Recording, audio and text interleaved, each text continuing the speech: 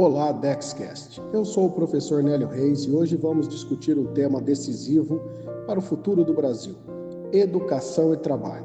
A constituição da educação profissional e tecnológica como política pública estratégica continua sendo um desafio não resolvido no país. O Plano Nacional de Educação prevê expansão da EPT, combate às desigualdades e fortalecimento da permanência estudantil. Mas a realidade é dura. Temos menos de 10% dos jovens no ensino técnico, enquanto países da OCDE passam de 40%. E isso se reflete em indicadores preocupantes. 22,3% dos jovens entre 15 e 29 anos não estudam nem trabalham. E 60% dos estudantes concluem o ensino médio sem dominar matemática básica.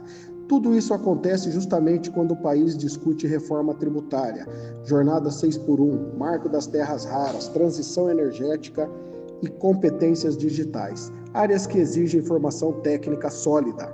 O Brasil falha em formar para a convivência, vide a violência, e falha em formar para o trabalho, vide a desqualificação. De um lado, existe uma tradição crítica importante na educação brasileira, que alerta para os riscos de aproximar demais a escola da lógica produtiva. Demerval Saviani, da Unicamp, em Escola e Democracia, lembra que currículos voltados apenas à empregabilidade empobrecem a formação cidadã. Gaudêncio Frigoto, da Universidade Federal Fluminense, em A Produtividade da Escola Improdutiva, mostra que subordinar a escola à racionalidade econômica aprofunda desigualdades históricas. José Carlos Libânio, da PUC de Goiás, reforça que a educação precisa preservar a autonomia intelectual e ética, sem se reduzir a treinamento ocupacional. E claro, debates recentes, como o da jornada 6x1, reacendem preocupações legítimas sobre precarização formativa e sobreposição entre estudo e trabalho.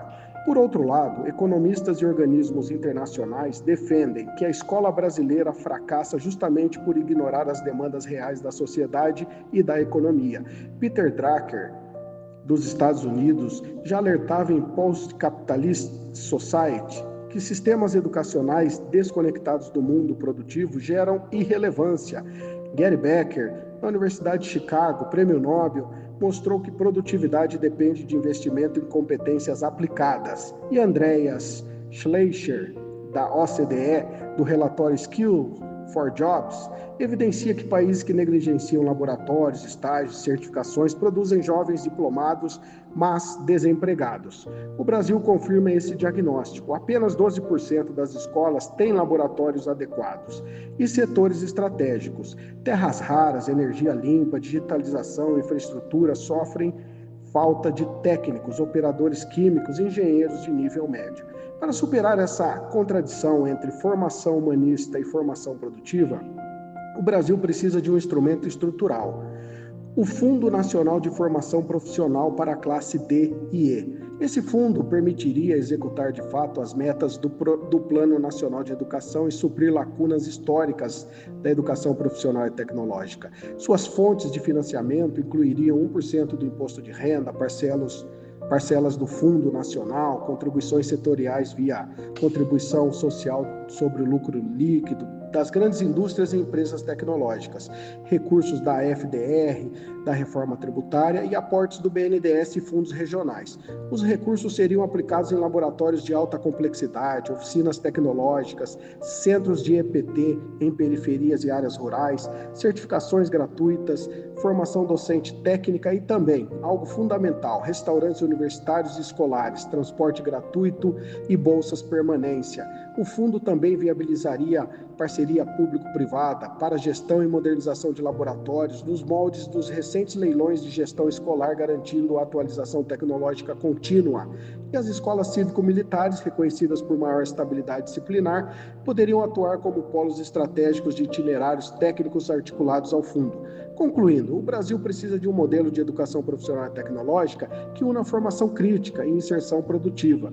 cultura e técnica, equidade e competitividade. O Fundo Nacional de Formação Profissional permitiria transformar metas do Plano Nacional de Educação em realidade, viabilizar marcos regulatórios, estratégicos e preparar a juventude para as cadeias produtivas do futuro. Em um país onde juventude e trabalho raramente se encontram, estruturar a EPT de forma territorial, técnica e financeiramente sólida não é apenas uma política educacional, é uma estratégia nacional de desenvolvimento. Sem isso, seguiremos formando jovens escolarizados, porém desempregados. Com isso, criamos a ponte entre educação e trabalho e pavimentamos um Brasil mais justo, inovador e soberano. Educação e trabalho não são caminhos paralelos, são a espinha dorsal de qualquer nação que pretende existir no futuro. E se o Brasil quiser ser grande, precisa começar por aqui. Muito obrigado a todos. Até a próxima.